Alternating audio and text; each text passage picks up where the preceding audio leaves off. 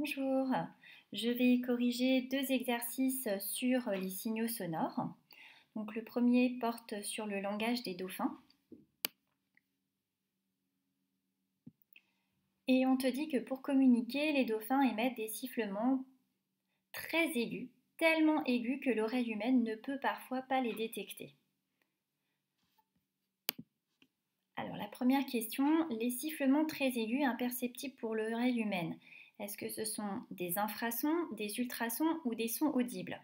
Bon, c'est certainement pas des sons audibles puisque l'oreille humaine ne les entend pas. Après, est-ce que ce sont des infrasons ou bien est-ce que ce sont des ultrasons? Les infrasons, ce sont des sons qui ont une fréquence comprise entre 0 et 20 Hz. Donc ce sont des sons extrêmement graves, par exemple des sons émis par un éléphant. Les ultrasons ont des fréquences supérieures à 20 000 Hz. Ce sont des sons très aigus, tellement aigus que l'oreille humaine ne peut parfois pas les détecter. Donc les sifflements très aigus émis par les dauphins sont des ultrasons. Et on te demande d'expliquer pourquoi les dauphins peuvent communiquer entre eux dans l'eau. Eh bien, tout simplement parce que l'eau liquide, c'est un milieu matériel, ça contient des molécules d'eau. Et donc, comme le son, c'est une vibration, on peut faire vibrer ces molécules d'eau, et donc le son peut se propager dans l'eau. Donc c'est ce que j'ai mis. Les sons, que ce soit les ultrasons, les infrasons, les sons audibles, peuvent se propager dans l'eau. Donc c'est pourquoi les dauphins peuvent communiquer sous l'eau. Passer à la correction de l'exercice 15 sur la chauve-souris. Et qu'est-ce qu'on te dit? On te dit que pour se déplacer, les chauves-souris utilisent un phénomène particulier qui s'appelle l'écolocalisation.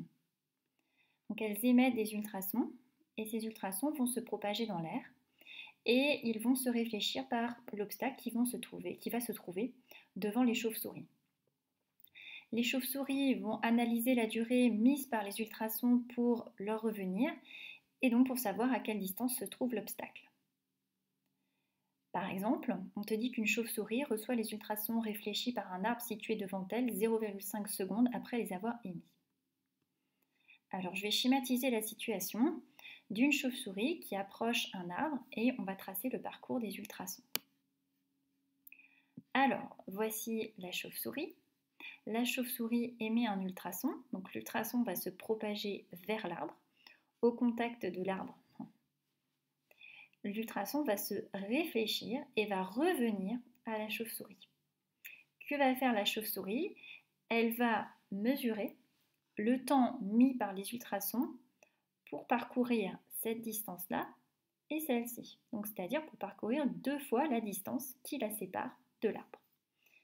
Donc le phénomène d'écolocalisation, surtout le phénomène d'écho, eh bien tu le connais, quand tu es en montagne et que tu pousses un cri, eh bien ce cri, il te revient. Pourquoi? Parce que le son s'est réfléchi sur les parois de la montagne qui est face à toi.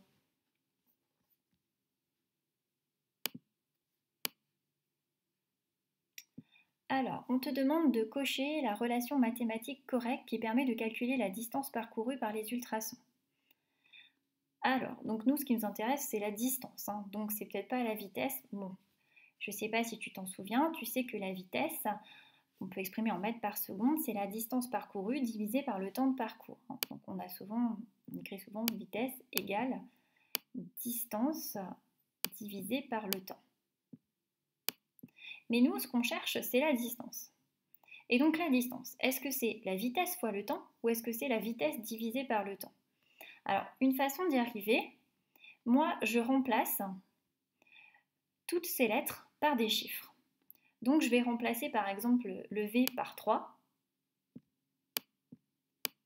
et le D, je vais le remplacer par 6 et je sais que 3, c'est 6 divisé par 2. Donc, le T, je l'ai remplacé par 2. Et moi, ce qui m'intéresse, c'est 6. Qu'est-ce que je sais? Je sais que 6, c'est 3 fois 2. 6, ça représentait la distance. 3, ça représentait la vitesse. Et 2, ça représentait le temps. Donc je sais que, et j'en déduis que, La distance, eh bien, c'est la... Hop, là, j'ai fait quelque chose. La distance, c'est la vitesse multipliée par le temps. Ce qui est d'ailleurs logique. Plus tu vas vite, plus tu vas parcourir de distance. Plus tu es dans ta voiture qui avance à une certaine vitesse, donc plus tu vas passer de temps dans une voiture qui avance à une certaine vitesse, plus tu vas parcourir une distance importante. Donc cette relation est complètement logique. On te dit alors d'effectuer le calcul de la distance parcourue par les ultrasons émis par la chauve-souris. Alors qu'est-ce qu'on sait? Donc on sait qu'on va utiliser cette formule. Donc que la distance, c'est la vitesse multipliée par le temps. Le temps, dans l'énoncé, on te dit que c'est 0,5 secondes. La vitesse, on ne te l'a pas précisé. Mais toi, tu la connais. La vitesse de propagation du son, que ce soit un infrason, un son audible ou un ultrason dans l'air, elle est de 340 mètres par seconde.